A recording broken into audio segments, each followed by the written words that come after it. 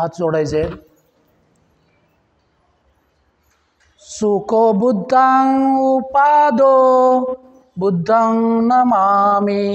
सुखा सद्धम्म देशना धम्मं नमामि. सुखा संगस्स सामगी समगानं तपो सुखो संघं नमामि. नमो तस्स भगवतो अरहतो सम्मा संबुद्धस्स. नमो तस्स भगवतो अरहतो सम्मा संबुद्धस्स. नमो तस्स भगवतो अरहतो सम्मा संबुद्धस्स. मनो पुब्बंगमा धम्मा मनो सैटा मनोमया.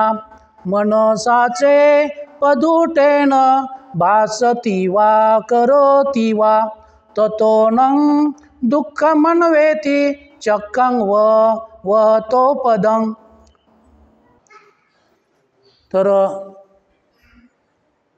संपूर्ण विश्वाला ज्याने दुःखमुक्तीचा आर्य संदेश दिला असे ते दुःखमुक्तीचे मार्गदाता तथागत सम्यक संबुद्ध तथागताने आपल्याला आपल्या शुद्ध प्रेरणेतून निर्माणलेला सद्धम्म आणि त्याच सद्धम्माचा गेली 2500 वर्षापासून प्रचार आणि प्रसार करणारा पूजनीय भिक्खू संघ, ज्यांच्या महान आणि असीम अशा त्यागप्रभावामुळे आपल्याला अनमोल असा बुद्ध धम्म लाभला, ते महान युगप्रवर्तक परमपूज्य Bodhisattva the Buddhist society of इंडियाचे संस्थापक विश्वरत्न भारतरत्न डॉक्टर बाबासाहेब आंबेडकर.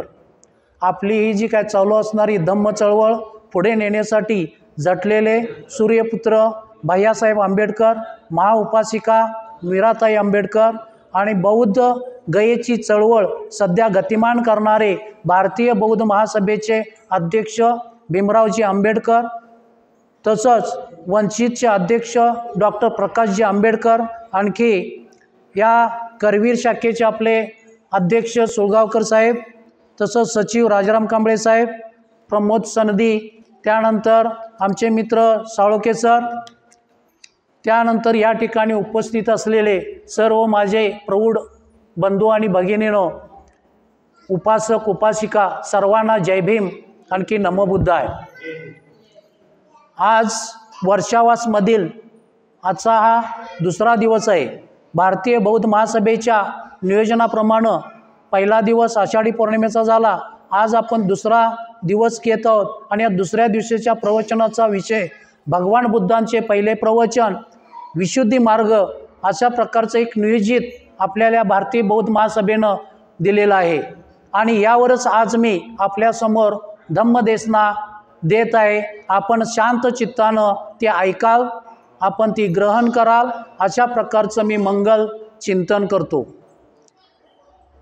तर ज्यावेळी शिंगणापूरच्या या विहारामध्ये सुळगावकर सराने आणखी राजाराम कांबळे सर यांनी ज्यावेळी सूचना केली की भगवान बुद्धांचा विशुद्धी मार्ग या विषयावर 13 तारखेला तुम्ही बोलायचं आहे, त्यावेळी मला असा प्रश्न निर्माण झाला की गौतम बुद्धांना ज्यावेळी ज्ञानप्राप्ती झाली आणि त्यांना असं वाटलं की माझा उपदेश पहिल्यांदा मी कुणाला द्यावा, आणि त्यावेळी त्यांनी विचार केला की त्यासाठी योग्य माणसाची निवड आणि योग्य माणसे किंवा योग्य व्यक्ती असायला हवी, अशा प्रकारचा विचार आला. आणि माझ्याही मनात असं वाटलं की मला खरोखरच या दोघांनी जे निमंत्रण दिलं ते तुमच्यासारखे बौद्ध धम्माचे उपासक आणि उपासिका अतिशय तनामनानं या ठिकाणी कार्यरत करत आहात आणि तुमच्यासमोर सांगण्याचा हा विशुद्धी मार्ग मला मिळाला, हे मी माझं भाग्य समजतो.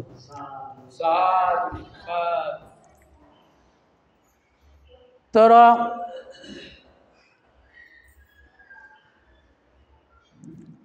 ज्यावेळी भगवान बुद्धाने तपश्चर्येचा मार्ग सोडून दिल्यानंतर त्यांना असं वाटलं की म्हणजे जवळजवळ 6 वर्षे त्याने तपश्चर्या केली.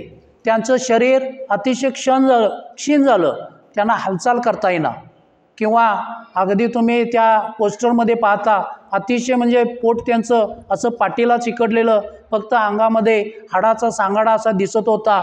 आणि अशा स्थितीमध्ये आपल्याला जे काय ज्ञान मिळवायचं आहे, ज्याची प्राप्ती करायची आहे, ज्याची जगाला ज्याची गरज आहे, ते काय अशा या तपश्चर्यातून आपल्याला मिळत नाही याची खात्री झाली। आणि त्याने काय केलं तर तपश्चर्यानं आपली शक्ती नष्ट होते, भूक तहान थकवा यांना आपण गळून जातो आणि अशा स्थितीमध्ये आपल्याला कुठल्याही प्रकारचं ज्ञान प्राप्त होणार नाही याची त्यांना खात्री झाली।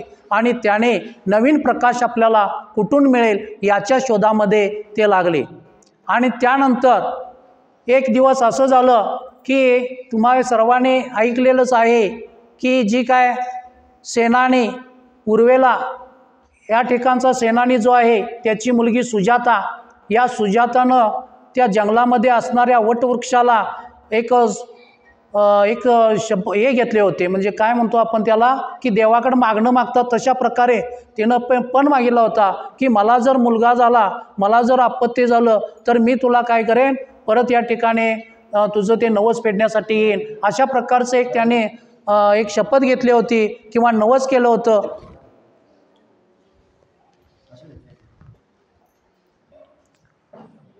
तर ज्यावेळी ते नवस केलं त्यावेळी तिनं आपली जी काय दासी आहे या दासीला तिनं सांगितलं की तू जा त्या वटवृक्षाला जाऊन तिथली साफसफाई करून घे, आणखी मला माझं नवस पूर्ण करायचं आहे, मला मुलगा झालेला आहे।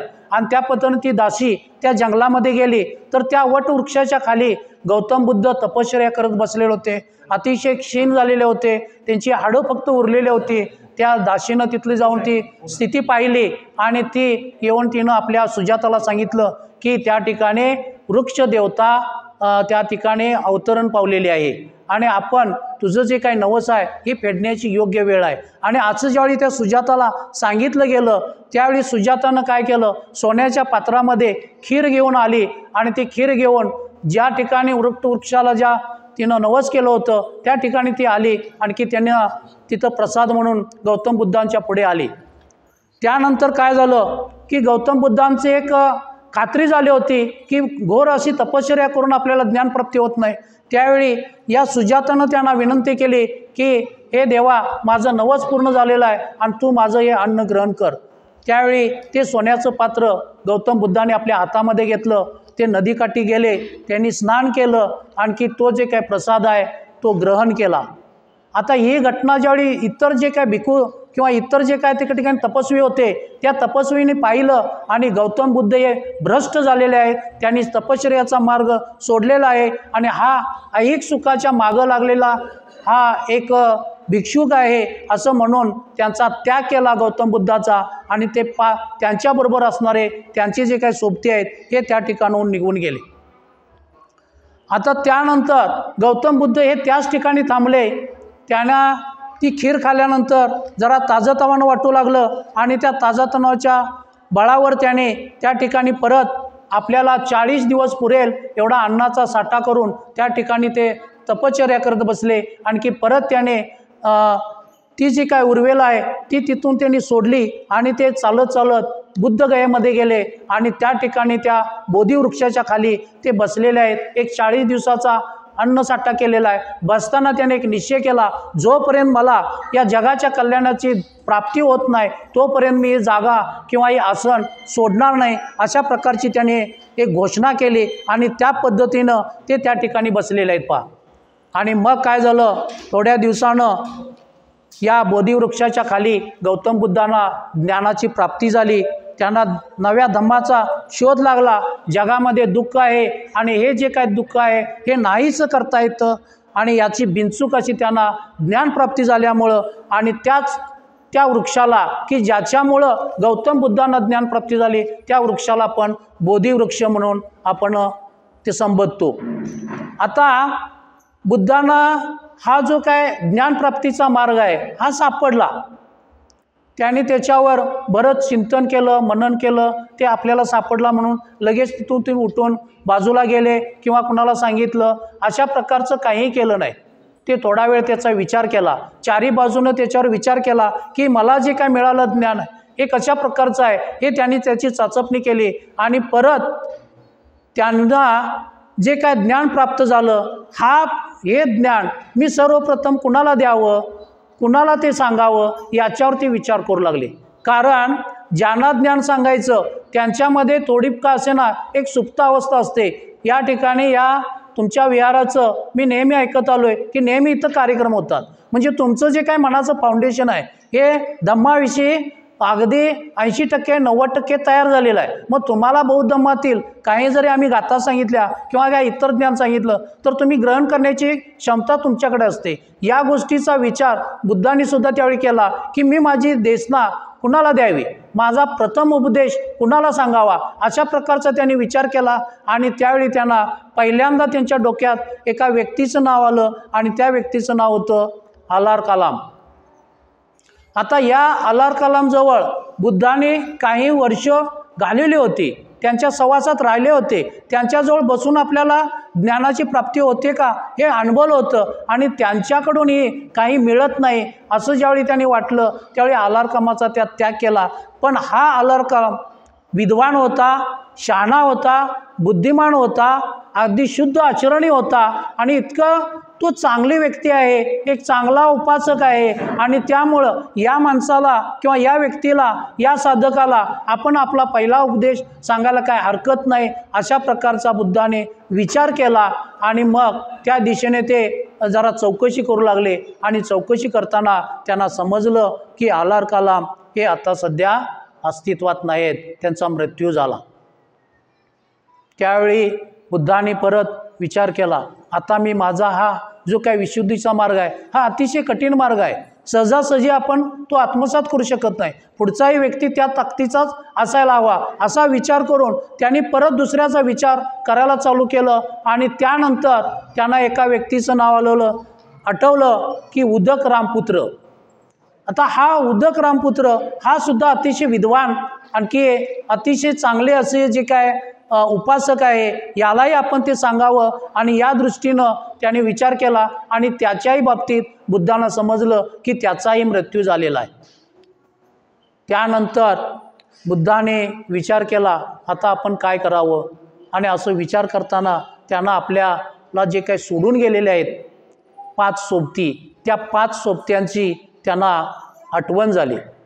आणि मग ते सोबती कुठं आहेत, त्यांनी काय करत असतील, ते आता कुठं राहत असतील, या गोष्टीचा विचार त्यांच्या मनामध्ये चालू झाला. आणि मग असं विचार करता त्यांना वाटलं जरी ते माझा त्याग करून गेले असले, त्यांनी जरी माझी हेटाळणी केली असतील, तरी हे जे काय माझे 5 सोबती आहेत हे जरी रागावून गेले असले तरी त्यांनी पुष्कळ माझ्यासाठी केलेलं आहे. त्यांनी सेवा केली. त्यांचं जे काय इतर भिक्खू, जसं भिक्खू जीवनामध्ये जे काय महाथेरो असतात, त्यांचं जे काय थेरो असणारे जे काय भिक्खू आहेत ते त्यांची सगळी सेवा करतात. त्यांना चिवरदान करून द्यायचं, चिवर द्यायचं किंवा आसन टाकायचं, त्यांचं पाय धुवायचं, त्यांचं पात्र धुवायचं, सगळ्या प्रकारची सेवा जशी इतर करतात त्या पद्धतीने त्या 5 सोबत्याने त्यांची सगळी सेवा केली होती. आणि बुद्ध म्हणाले की नाही, माझा उपदेश हा खरोखरच या 5 जणांनाच करायला हवा. आणि अशा पद्धतीने विचार करून त्यांच्या शोधार्थ त्याने गया सोडलेली आहे. बुद्ध गया त्यांनी सोडली आणि ते शोधत शोधत त्यांना सारनाथ या ठिकाणी ते गेलेले आहेत. पहा, ते जे काय 5 तपस्वी होते त्या 5 तपस्व्याने बुद्धांना लांबून येताना पाहिलं आणि म्हटले हा जो काही तपस्वी आहे हा भ्रष्ट झालेला आहे, यानं तपश्चर्या सोडलेली आहे आणि याचा आपण यांचं काय ऐकायचं नाही, यांना पाणी द्यायचं नाही, यांना बसा म्हणायचं नाही, यांना आसन टाकायचं नाही, यांचं कुठल्याही प्रकारच्या गोष्टी यांच्या ऐकायचं नाही, यांचा आदर करायचा नाही, आपण उठून उभं राहायचं नाही. अशा प्रकारे त्यांनी ठरवलं की नाही या बुद्धाचा आपण द्वेष करायचा, की ज्यानं तपश्चर्या सोडलेली आहे, ज्यानं जो भ्रष्ट झालेला आहे अशा माणसाला आपण आता जवळ करायचं नाही. अशा प्रकारे त्या 5 भिक्खूंनी किंवा त्या सोबत्यांनी ठरवलं आणि ते त्या ठिकाणी बसलेले आहेत. गौतम बुद्ध त्यांच्या दिशेनं जात आहेत. ते गेले, त्यांच्या ज्यावेळी त्या जिथं बसले होते त्यावेळी गेले. त्या सोबत्यांनी जसं ठरवलं होतं त्या पद्धतीनं त्यांच्याकडून ते झालं नाही. जे गौतम बुद्धांचं असणारं तेज आहे, त्यांचं जे काय व्यक्तिमत्व आहे हे पाहून ते सोबती आपोआपच त्या जागेवरून उठले. त्यांना आसन दिलं गेलं, त्यांच्या पायात त्यांना पाणी दिलं गेलं, त्यांचं कुशल मंगल बुद्धांनी त्यांना विचारलं, त्याने एकमेकाचं विचारलं आणि अशा पद्धतीने ते सोबती जे आहेत ते त्यांना सगळ्या प्रकारचे गोष्टी जे काय कुशल मंगल वगैरे आहेत या सगळ्या विचारणा करून ती शांत एका ठिकाणी बसलेले आहेत. परस्परांना त्याने अभिवादन केलं. आणखी परत या 5 भिक्षूने किंवा 5 तपस्व्याने गौतम बुद्धांना विचारलं की तपश्चर्येवर तुमचा विश्वास आहे का? गौतम बुद्धांनी सांगितलं नाही, तपश्चर्येवरती माझा विश्वास नाही. का नाही? तर या ठिकाणी बुद्ध असे म्हणाले की जीवनाची आत्यंतिक अशी 2 टोके आहेत. कुठली 2 टोके आहेत? एक सुखोपभोगाचं आहे आणि दुसरं आत्मक्लेशाचं आहे. म्हणजे माणसाला सुखोपभोग म्हणजे कसं, आजच्या पेपरला तुम्ही पाहिलं असेल बघा, अंबानीच्या पुत्राची सगळी जे काही त्यानं कसं संस्कार पद्धतीने विवाह केले, म्हणजे सुख काय असतं याचं जे काय उदाहरण आहे ते आपण त्या कुटुंबियाकडून पाहू शकतो की बाबा त्यांच्याकडे कुठल्या प्रकारचं ऐहिक सुख आहे. तर याच्यासारखं असणारे अनेक लोक आपल्यात किंवा उपासकसुद्धा असतील. तर असं जे काय आहे अगदी आपल्या बुद्धांचं पूर्वीचा काळ जर घेतला तर याच्या घरी जवळजवळ याचं 1000 एकर शेतीच्या पेक्षा जास्त शेती, 1000 नांगर त्यांच्या शेतामध्ये फिरत होते, त्यांचे 3 महल होते. अशा प्रकारचे असणारे म्हणजे जे काय सुख उपभोगायचं आहे हे गौतम बुद्धाने भोगलेलं आहे. आणि दुसरं एक जे आहे ते त्यांनी कुठलं सांगितलं, दुसरं टोक आत्मक्लेशाचं, की जे गौतम बुद्धाने अनुभवलं. काय केलं? तपश्चर्या खडतर केली. अगदी पाण्याचा थेंब घेऊन ते दिवसभर तपश्चर्या करू लागले, पण त्यांना काय ज्ञानप्राप्ती झाली. म्हणजे जी काही 2 टोकं आहेत ही अत्यंतिक 2 टोके आहेत. म्हणजे एकामुळं काय होतं, खा प्या करा, मजा करा, तुम्ही सगळ्या प्रकारच्या गोष्टी बघा, हे एक टोक सांगतं. दुसरं टोक काय सांगतं, तुम्ही म्हणजे तुमच्या वासना जे काय, तुमच्या भावना जे काय आहेत, तुमचं जे काय मनात काय येणार आहे ते सगळं मारून टाका आणि तुम्ही जेवढं शरीराला पीडन करता येईल, जितकं क्लेश करता येईल तितकं क्लेश करा. अशा पद्धतीनं कुणालाही ज्ञानप्राप्ती होणार नाही. बघा, आपल्याला आपण म्हणतोय की क्रांती ही भरल्या पोटीच होत असते. बघा, उपाशी पोटी क्रांती होत नाही. तसं पहा, जर अत्यंतिक जी काही टोकं आहेत, जी सुखविलासात जी लोक असतात त्यांच्याकडूनही काय घडत नाही आणि जे अत्यंत दारिद्र्यामध्ये जे आहेत, जे अगदी पीडन त्यांना चालू आहे त्यांच्याकडूनही मोठं कार्य होत नाही. पण जे व्यवस्थित शरीरापुरते खात आहेत, जेवढं लागल तेवढंच खात आहेत किंवा अगदी व्यवस्थित जगत आहेत, अशाकडूनच काहीतरी कार्य हे घडत असतं. आणि तोच मध्यम मार्ग या ठिकाणी गौतम बुद्धांनी सांगितलेला आहे की माझा मार्ग जो आहे तो कसा आहे, उपभोगाचा नाही आणि आत्मक्लेशाचाही नाही. माझा मार्ग हा मध्यम मार्ग आहे आणि या मार्गानंच तुम्ही स्वतःवर विजय मिळवू शकाल. काम तृष्णेपासून तुमची मुक्ती होईल. ऐहिक सुखाच्या भोगापासून तुम्ही बाजूला जा. तुम्हाला कुठल्याही प्रकारची ऐहिक सुखाची इच्छा होणार नाही आणि तुमच्या मनामध्ये कुठल्याही प्रकारचे मलिन विचार तुमच्या डोक्यामध्ये येणार नाही. अशा प्रकारचा माझा हा मध्यम मार्ग आहे आणि तुमच्या शरीराच्या गरजेनुसार तुम्हाला जे काय लागतं ते तुम्ही खा. अशा प्रकारे त्याने त्या भिक्खूंना किंवा त्या तपस्व्यांना, आपल्या सोबत्यांना त्यांनी सांगितलेलं आहे. नंतर गौतम बुद्ध असे म्हणतात की जीवनाच्या स्वाभाविक गरजांची पूर्ती करणे हे काय वाईट नाही आहे, हे आपण करायलाच हवं. अतिशय वाईट अवस्थेत राहणं हे योग्य नाही. तुम्हाला जे जे काय हवं आहे ते तुम्ही मिळवायला हवं, पण योग्य मार्गाने मिळवा. तुमचं मन त्यामुळं सदृढ राहील. आपल्या शरीराचं आरोग्य राखणं हे तुमचं कर्तव्य आहे आणि शरीराला कुठल्याही प्रकारची त्रास देऊन आपण कुठलंही काही करायचं नाही असं ते सांगतात. तुमचं मन सदृढ राहतं, मन स्वच्छ राहतं, तुमच्यामध्ये प्रज्ञा जागृत होते आणि तुम्ही प्रज्वलित होऊ शकता असं गौतम बुद्ध म्हणतात की तुम्ही हा मध्यम मार्ग स्वीकारा त्यासाठी. आणि हा जो काय गौतम बुद्धांनी सांगितलेला मध्यम मार्ग आहे, या मध्यम मार्गालाच गौतम बुद्ध म्हणतात हा धम्म आहे. हा काय आहे? धम्म आहे. मग आता हा जो काय धम्म आहे, या धम्माचा ईश्वराशी किंवा आत्म्याशी काही कुठल्याही प्रकारचा संबंध नाही आहे किंवा मरणानंतर जे काही जीवन असतं असं म्हटलं जातं त्याच्याशी काही संबंध नाही. जे काही कर्मकांड जे चालू आहेत याच्याशी सुद्धा या धम्माचा काही संबंध नाही आहे।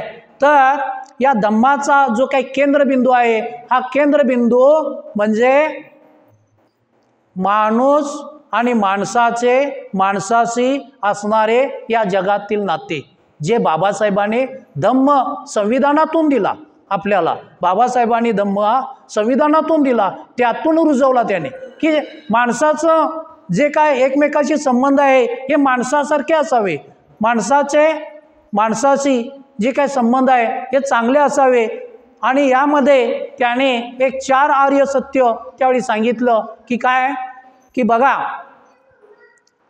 पहिलं तत्व काय सांगितलं, माणूस आणि माणसाशी जगातील नातं। त्यानंतर दुसरं काय सांगितलं, मनुष्य प्राणी दुःखात असतो, दैन्यात आहे, दारिद्र्यात राहत आहे, हे दुसरं तत्व आहे त्यांचं। आणि तिसरं, जग हे दुःखाने भरलेलं आहे आणि हे दुःख आपल्याला नाहीसे करता येतं, आणि याच्यासाठी एकच मार्ग धम्माचा आहे। यासाठी त्यांनी 4 आर्य सत्य सांगितले, की जे काय जगात दुःख आहे, दुःखाला कारण आहे, दुःखाचं निवारण करता येतं आणि दुःख निवारण्याचा मार्ग आहे। आता हेच भगवान बुद्धांचे 4 आर्य सत्य आहेत।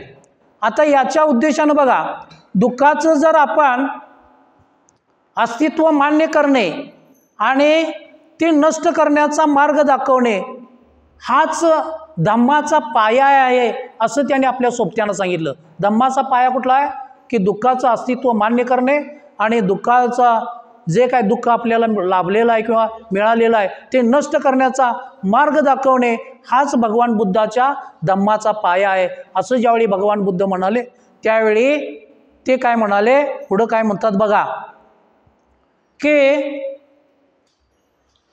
जर तुम्ही हा धम्माचा पाया आहे असं म्हणत असाल, बुद्धांना काय म्हणाले, हा जर तुम्ही दुःखाचं अस्तित्व आहे ते मान्य करायला पाहिजे, दुःख नाहीसे करता येतं, हा जर धम्माचा पाया म्हणत असाल, तर ते भिक्खू म्हणतात, दुःख कसे नाहीसे करता येईल ते आम्हाला सांगा।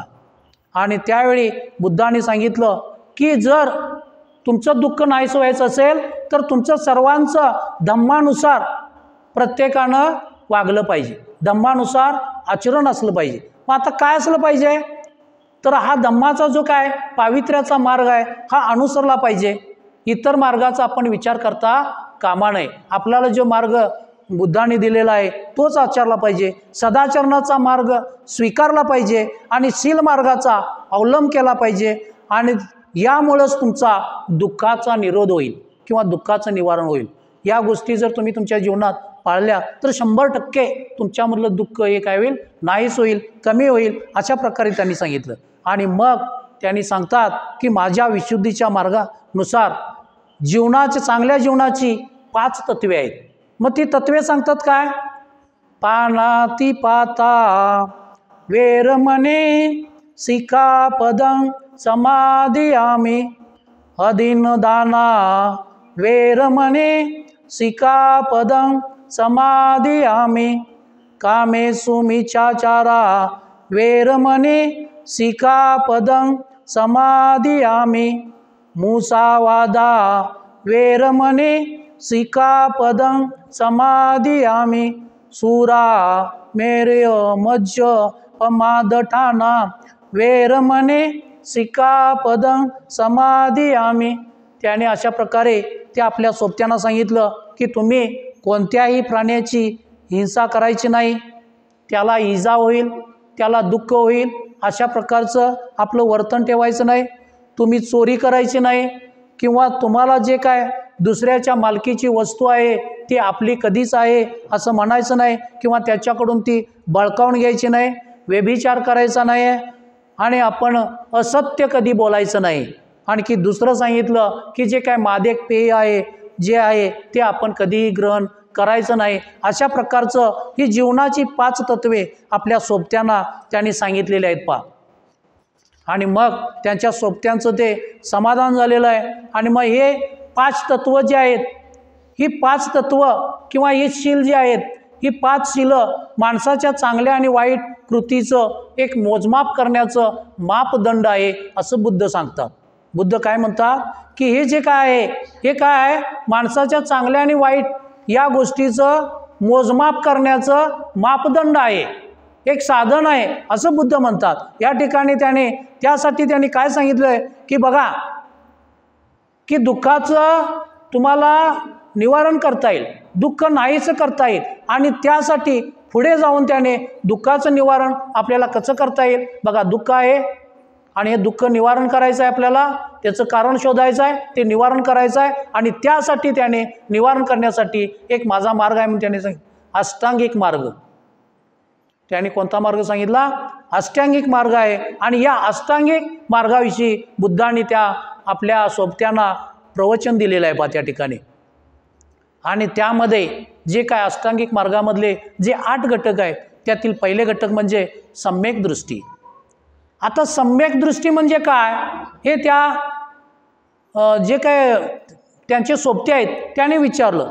सम्यक दृष्टी म्हणजे काय तर बघा, जग हे अंधार कोठडी आहे आणि या अंधार कोठडीमध्ये हा मनुष्य काय कैदी आहे.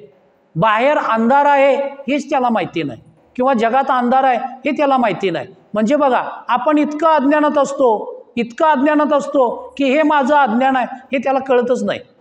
तो जाऊन एखाद्या याच्या पुढे लीन होतो, त्या देवळामध्ये काय नसतं तर तिथं जाऊन तो लीन होतो, किंवा आणखी काही गोष्टी करत असतो की त्याचं कारण त्याला काय माहीत नसतं. या ठिकाणी बुद्धाने असं सांगितलेलं आहे की आपण कैदी आहोत हे माणसाला काही कळत नाही, आपण काय करत आहोत हे कळत नाही. दीर्घकाळ अंधार आहे हे त्याला जाणवतं, त्यासाठी त्याचं मन जे आहे हे मन त्याचं कसं असावं लागतं, थोडं जागृत असावं लागतं. आणि त्यामुळं प्रकाश आहे याची जाणीव होती, त्याची प्रचंड इच्छाशक्ती जर असेल, त्याची आकलन शक्ती चांगली असेल तर ती त्याला जागृत करता येते, आणि तो या बंद मुक्तातून या अंधाऱ्या कोठडीतून तो बाहेर पडतो आणि स्वातंत्र्याकडे हा मनुष्य वाटचाल करू शकतो. या अंधार कोठडीतून बाहेर येतो म्हणजे त्याला सम्यक दृष्टी प्राप्त होते.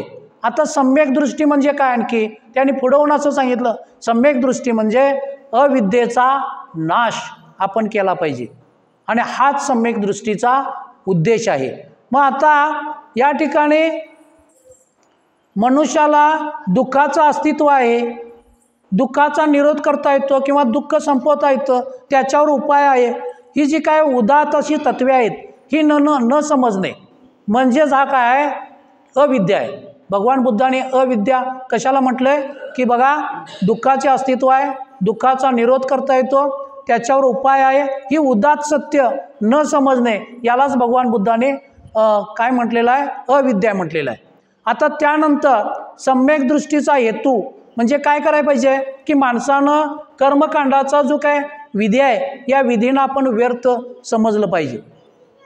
माणसाचं जे काय शास्त्राच्या पावित्र्यावरील जो काय मिथ्या विश्वास असतो, जे काय इतर शास्त्र जे असतं याच्यावर त्याचा एक मिथ्या विश्वास असतो, खोटा विश्वास हे खरंच असेल असं त्याला वाटतं, हे त्यानं टाकून दिलं पाहिजे. आणि असं ज्यावेळी तो करेल, नेहमी बघा कुठलीही गोष्ट ही निसर्ग नियमाच्या विरुद्ध घडत नाही हे त्यांनी सांगितलं, किंवा निसर्ग नियमाच्या विरुद्ध होऊ शकते हे मानता कामा नये, हे एक त्यांनी सम्यक दृष्टीचं तत्त्व सांगितलं. आणखी दुसरं बघा, वास्तवतेचा आधार काल्पनिक अनुमाने ही जी काय आहेत वास्तवतेला आधार नाही, किंवा काल्पनिक अनुमाने या गोष्टी या दंभामध्ये त्याज्य आहेत हे आपण मानलं पाहिजे. आणि त्या व्यक्तीचं स्वतंत्र मन, स्वतंत्र विचार हे त्याला आवश्यक आहे. आणि एवढ्या गोष्टी जर त्याच्याकडे असतील तर ते निश्चितच त्याला सम्यक दृष्टी आहे असं भगवान बुद्ध म्हणतात. दुसरं असं म्हणतात सम्यक संकल्प. सम्यक संकल्प म्हणजे बघा की मनुष्य जन्माला येतो, हा काहीतरी त्याला मिळवायचं असतं, किंवा काहीतरी त्याला काही गोष्टी साध्य करायचं असते. म्हणजे आता विद्यार्थ्यांना त्यांच्या शालेय जीवनामध्ये एखादं मोठं पद मिळवायचं असतं, म्हणजे ती त्याची इच्छा आहे किंवा ती आकांक्षा आहे. तर बघा प्रत्येक माणसालाही काही ध्येय, आकांक्षा आणि महत्त्वाकांक्षा असतात, आणि ती उदात्त आणि प्रशंसनीय असावीत, चांगली असावीत, ती क्षुद्र नसावीत. या ठिकाणी बघा बाबासाहेबांनी सांगितलेलं आहे, काय सांगितलं आहे की आपल्या ज्या काही माता भगिनी आहेत ही कुणाचं स्वप्न पाहतात आपल्या मुलाच्या बाबतीत, आपलं मूल झाडूवाला होईल का, चपराशी होईल का, कंडक्टर होईल का, अशा प्रकारचं आपण पण आपल्या मातेनं आपल्या भगिनीनं असा विचार करायला पाहिजे की माझं मूल कलेक्टर होईल का, माझं मूल राष्ट्रपती होईल का, माझं मूल पंतप्रधान होईल का, असा ज्यावेळी ते उदात्त विचार करेल, मोठा विचार करेल, तर ते बाबासाहेब म्हणतात की तुमची महत्त्वाकांक्षा ही प्रशंसनीय असावी, ती क्षुद्र नसावी. तर अशा प्रकारे बुद्धांनी सम्यक संकल्पाच्या बाबतीत हे सांगितलेलं आहे. पुढं सम्यक वाचाच्या संदर्भात बुद्ध म्हणतात तुम्ही सत्यच बोलायचं, असत्य बोलू नये. दुसरं बघा, वाईट आपण दुसऱ्याविषयी कारण नसताना आपण बोलत असतो किंवा दुसऱ्याची विनाकारण आपण निंदा नालस्ती करतो आणि या निंदा नालस्तीपासून आपण परावृत्त झालं पाहिजे. लोकांच्या विषयी आपल्या मनामध्ये उगाचच रागाची भावना असते, शेजारा पाजाऱ्याबद्दल उगाच शिवीगाळीची भाषा करतो आपण, तर ती वापरू नये. सर्वांशी आपण अगदी आपुलकीनं, प्रेमानं, सौजन्यानं आपण वागलं पाहिजे. आणि दुसरी गोष्ट म्हणजे आपण जी काय व्यर्थहीन बडबड करतो त्याला आपण मूर्खपणाची बडबड म्हणतो. काय गरज नसताना उगाचच बडबडायचं, बडबडत राहायचं, याला मूर्खपणाची बडबड म्हणतात. तर या ज्या काय गोष्टी आहेत याला तिसरं जे काय या ठिकाणी अष्टशील सांगितलेलं आहे याला सम्यक वाचा म्हटलं आहे. या गोष्टी तुम्ही करायच्या नाहीत. जे काय आहे तर सम्यक वाचा कशी असते या तुम्हाला या 7-8 मुद्द्यातून समजलं असेल. सत्यच बोलायचं, असत्य बोलू नये, दुसऱ्याबद्दल वाईट बोलू नये, दुसऱ्याची निंदा नालस्ती करू नये, लोकांच्याबद्दल आपल्या मनामध्ये राग द्वेषाची भावना ठेवू नये, सर्वांशी आपुलकीनं सौजन्यानं वागावं आणि अर्थहीन बडबड करायची नाही. तर ही म्हणजे याचं जर पालन केलं तर तुम्हाला सम्यक वाचा प्राप्त झाली असं बुद्ध म्हणतात. तिसरं त्याने चौथं एक सांगितलंय सम्यक कर्मांत. सम्यक कर्मांत म्हणजे काय तर बघा, सम्यक कर्मांत म्हणजे योग्य वर्तनाची शिकवण. आपलं वर्तन हे योग्य असावं. उदाहरणामध्ये बघा, आपण इथं बोलत असताना किंवा आपण वागत असताना नेहमीच्या ह्याच्यामध्ये दुसऱ्याची भावना दुखावेल, दुसऱ्याला आपल्या कृतीमुळं त्याला वाईट वाटेल, त्याच्या भावना दुखावल्या जातील, या गोष्टीचा विचार आपण नेहमी केला पाहिजे. नियमाशी सुसंगत असं आपलं वर्तन असलं पाहिजे. विनाकारण आपण एखाद्याला काय करायचं नाही की काहीतरी वाईट कृती होईल किंवा त्याची भावना दुखावेल अशा प्रकारे वागायचं नाही. याला सम्यक कर्मांत म्हटले की आपलं एक चांगल्या वर्तनाची शिकवण. सम्यक कर्मांत म्हणजे काय, चांगलं वर्तन ठेवायचं आपलं. दुसरं बघा, सम्यक आजीविका म्हणजे बघा, सम्यक आजीविकामध्ये काय येतं, चरितार्थ येतो. पहा, आता चरितार्थमध्ये असं म्हणता येईल की बघा, ज्यांचे जे काय बेकायदेशीर धंदे आहेत अशा लोकांचे बघा अगदी मजल्यावर मजले चढत गेलेले आहेत. की ज्याला आपण एखादा दारूचा व्यवसाय असेल म्हणा, अगदी तो अल्पावधीतमध्ये अगदी 5-6 मजली इमारत बांधू शकतो किंवा अगदी प्रचंड प्रगती करू शकतो. यासाठी उदाहरण दिलेलं आहे की आपला जो चरितार्थ आहे हा चांगल्या मार्गानं आपण केला पाहिजे. आता चांगला मार्ग म्हणजे कसं, आपण जो काय धंदा करणार आहे, आपण जो काय बिझनेस करणार आहे, आपण जे काय नोकरी करणार आहोत, त्याच्यामुळं इतरावर त्याचा अन्याय होईल, इतरांची त्यामुळे हानी होईल किंवा त्यातून एखादा वाईट मार्ग निपजेल, अशा प्रकारे आपण हे जरा सांभाळायचं असतं. किंवा इतरांच्यावर अन्याय होता कामा नये, अशा मार्गानं, योग्य मार्गानं आपण मिळवलं पाहिजे. आणि हे जर तुम्ही मिळवत असा, जेवढं लागेल तेवढंच मिळवत असा, तर हा सम्यक आजीविका बुद्धांनी याला म्हटलेला आहे. की बघा की आज आपण सम्यक आजीविका पाहत असताना आपल्यासमोर अनेक उदाहरणं येतात की कोणकोणत्या मार्गानं कोण जगत आहे. आता दुसरी गोष्ट बघा, सम्यक व्यायाम सांगितले. सम्यक व्यायाम म्हणजे काय तर बुद्ध म्हणतात अविद्या नष्ट करावायचा प्राथमिक प्रयत्न म्हणजे सम्यक व्यायाम. पुढचा मार्ग तुमचा चांगला मार्ग या सम्यक व्यायामामुळं मोकळा होतो. आणखी त्यानंतर या अष्टांग मार्गाशी विरोधी अशा चित्तवृत्तीचा प्रतिरोध करणे म्हणजे सम्यक व्यायाम. म्हणजे बघा, आपल्या मनामध्ये वाईट भावना येत असतील तर त्या थांबवल्या पाहिजेत, हे थांबवण्याचं काम कोण करतं, सम्यक व्यायाम करतं. आता त्यानंतर दुसरं बघा, सम्यक स्मृती 7वा घटक त्यांनी सांगितला. सम्यक स्मृतीमध्ये काय, नेहमी आपण जागरूक असलं पाहिजे, आपण विचारशील असलं पाहिजे. कोणतीही गोष्ट करताना आपल्या डोक्यामध्ये ती गोष्ट करण्यापैकी करण्याच्या अगोदर आपल्या डोक्यात विचार असला पाहिजे, आपण हे करायचं आहे, ते कसं करायला हवं, याचं नियोजन असायला हवं. आणि सतत जर जागृती तुमची जर असेल तर आपण निश्चितच या दुष्ट वासना जरी आपल्या मनात आल्या तरी त्याच्यावर आपण पहारा ठेवू शकतो, मनावर पहारा ठेवू शकतो. यासाठी काय गरज आहे? सम्यक स्मृतीची. हे 7वं त्याने बुद्धाने सांगितलेलं आहे. आता त्यानंतर आपण आता 8व्या घटकाकडे जात आहोत. याच्यापूर्वी बघा बुद्धाने तुम्हाला सांगितलेलं आहे की या 7 गोष्टींची प्राप्ती करताना तुम्हाला 5 अडथळे येतात, 5 बंधने येतात. आता ही 5 बंधने कुठली येतात? तर पहिला आपल्या मनामध्ये लोभ असतो.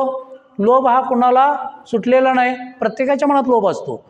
प्रत्येकाच्या मनात द्वेष असतो, आळस असतो, आळस आणि सुस्ती, संशय असते आणि अनिश्चयपणा. ही 5 जी बंधने आहेत, ही बंधनेच आपल्याला काय करतात की आपल्या या प्रगतीमध्ये किंवा या 7 गोष्टीमध्ये अडथळे निर्माण करतात.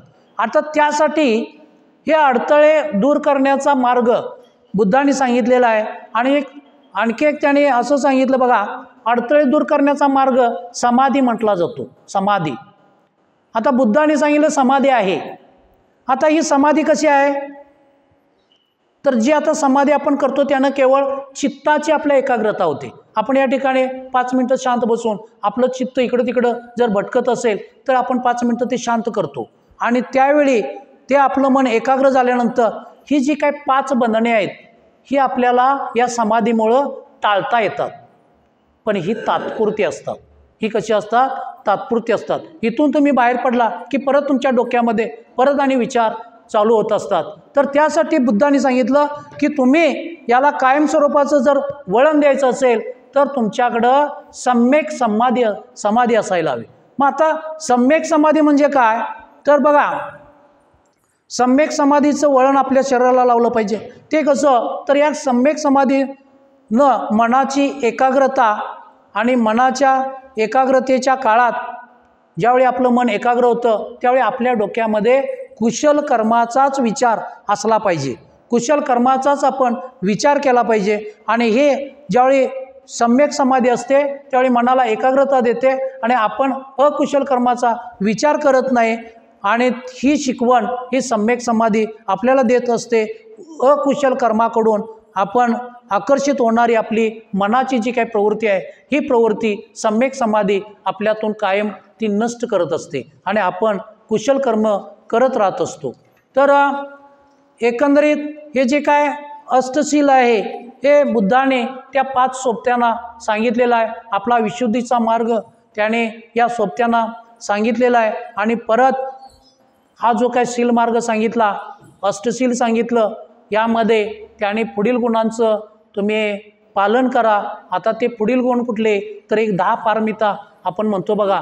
यामध्ये शील, दान, उपेक्षा, निष्कर्म, वीर्य, शांती, सत्य, अधिष्ठान, करुणा आणि मैत्री अशा ज्या काही 10 परिमिता आहेत. या परिमितामध्ये शील म्हणजे काय? आपली नीतिमत्ता पाहिजे, म्हणजे आपण वाईट अपराध टाळणे. निष्कर्म म्हणजे काय? ऐहिक सुखाचा आपण त्याग केला पाहिजे. दान म्हणजे काय? आपण स्वार्थाची परतफेडीची अपेक्षा न करता एखाद्याला दान केलं पाहिजे. चौथं वीर्य काय सांगितलं? वीर्य म्हणजे सम्यक प्रयत्न. आपण एखादी गोष्ट मिळवायची असतील तर योग्य प्रयत्न केला पाहिजे. एखादे काम पूर्ण सामर्थ्यानिशी केलं पाहिजे. आपल्याला ठरवलं ना या बुद्ध विहारामध्ये आपण प्रत्येक रविवारी एकत्र यायचं, हे एक आपलं चांगलं कार्य आहे, तर पूर्ण सामर्थ्यानिशी आपण हे नेलं पाहिजे. आता मी पण काय ठरवलं, या वर्षावास काळामध्ये संपूर्ण भगवान बुद्धावर उनका धम्म हा जो ग्रंथ आहे या ग्रंथाचं संपूर्ण मी हिंदीमधून त्याचं वाचन करणार. आणखी ते मी जगासाठी किंवा उपासकांच्यासाठी त्याचं बाहेर मी प्रक्षेपण करणार. आणि यासाठी भले मला जरी लवकर उठावं लागले तरी मी ते माझं अधिष्ठान आहे, मी ते 3 महिन्यासाठी स्वीकारलेलं आहे. तर अशा प्रकारे आपण संपूर्ण सामर्थ्यानिशी ती गोष्ट पूर्ण करण्याचा प्रयत्न केला पाहिजे. दुसरी गोष्ट बघा, शांती म्हणजे काय? क्षमाशीलता. आपल्या मनामध्ये क्षमाशीलता असली पाहिजे. द्वेषानं द्वेषच वाढतो. एखाद्यानं तुमची कळ काढली, एखादा वाईट बोलला, त्याला तुम्ही काय करा की त्याला क्षमा करा. ते समजून घ्या. आपलंही काय चुकलं आहे का पहा, त्याचं काय चुकलं आहे पहा, आणि एकमेकाला समजुतीची भाषा करा. आणि अशा प्रकारे आपण जर हे केलं आणि आपण जर द्वेष करत बसलो तर हा आपला द्वेष मिटणार नाही, तो वाढतच जाणार आहे. दुसरं बघा, सत्य, आपण खरेच बोललं पाहिजे. त्यानंतर 7वं सांगितलेलं आहे अधिष्ठान, म्हणजे ध्येय गाठण्याचा दृढ निश्चय पाहिजे. आता ध्येय गाठण्याचा दृढ निश्चय म्हणजे बघा, मला असं वाटलं, आता मला काय वाटलं, धम्मपदाचं संपूर्ण त्याचं भाषांतर करून लोकांना आपण ते यूट्यूबवर सोडायचं.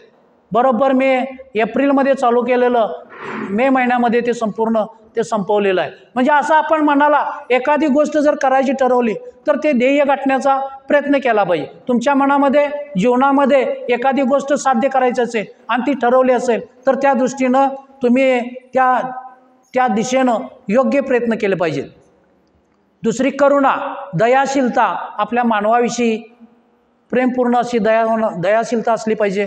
दुसरी मैत्री, म्हणजे काय, सर्व प्राण्याविषयी असलं पाहिजे, आपल्या मित्राविषयी असलं पाहिजे, अगदी शत्रूविषयी सुद्धा आपल्या मनामध्ये मैत्रीची भावना असली पाहिजे. आता यानंतर एक 10वा मुद्दा येतो, उपेक्षा.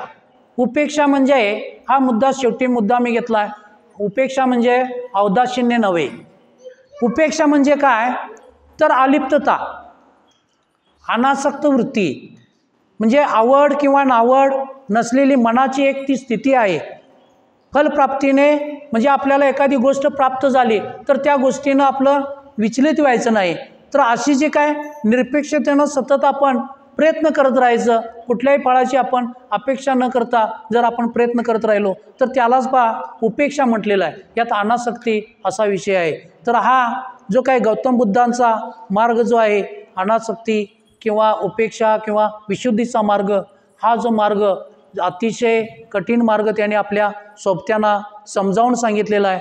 आणखी हा सुद्धा तुम्हाला सांगण्याचा मला या ठिकाणी सुळगावकर सर, तुम्ही सर्व उपासक उपासिका, राजाराम कांबळे सर, सावळके सर आणि आमची भारतीय बौद्ध महासभा यांच्यामुळं मला या ठिकाणी संधी मिळालेली आहे. यानंतर आपण एक आशीर्वाद घेऊया, कारण का अतिशय ध्यानपूर्वक, अतिशय मनपूर्वक तुम्ही ऐकलेलं आहात आणि जाता जाता तुमचंसुद्धा कल्याण चिंतून तुम्हाला आशीर्वाद देऊन या ठिकाणी माझं व्याख्यान मी पूर्णविराम करत आहे. या ठिकाणी सगळ्यांनी हात जोडा. भवतु सब्बमंगलं रक्षन्तु सब्बदेवता सब्बबुद्धानुभावेन सदा सुखी भवन्तु ते. भवतु सब्बमंगलं रक्षन्तु सब्बदेवता सब्बधम्मानुभावेन सदा सुखी भवन्तु ते. भवतु सब्बमंगलं रक्षन्तु सब्बदेवता सब्बसंगानुभावेन सदा सुखी भवन्तु ते. साधु साधु साधु. जय भीम. नमो बुद्धाय. Discovery of Buddha in India आवडल्यास लाईक, शेअर अँड सबस्क्राईब करा.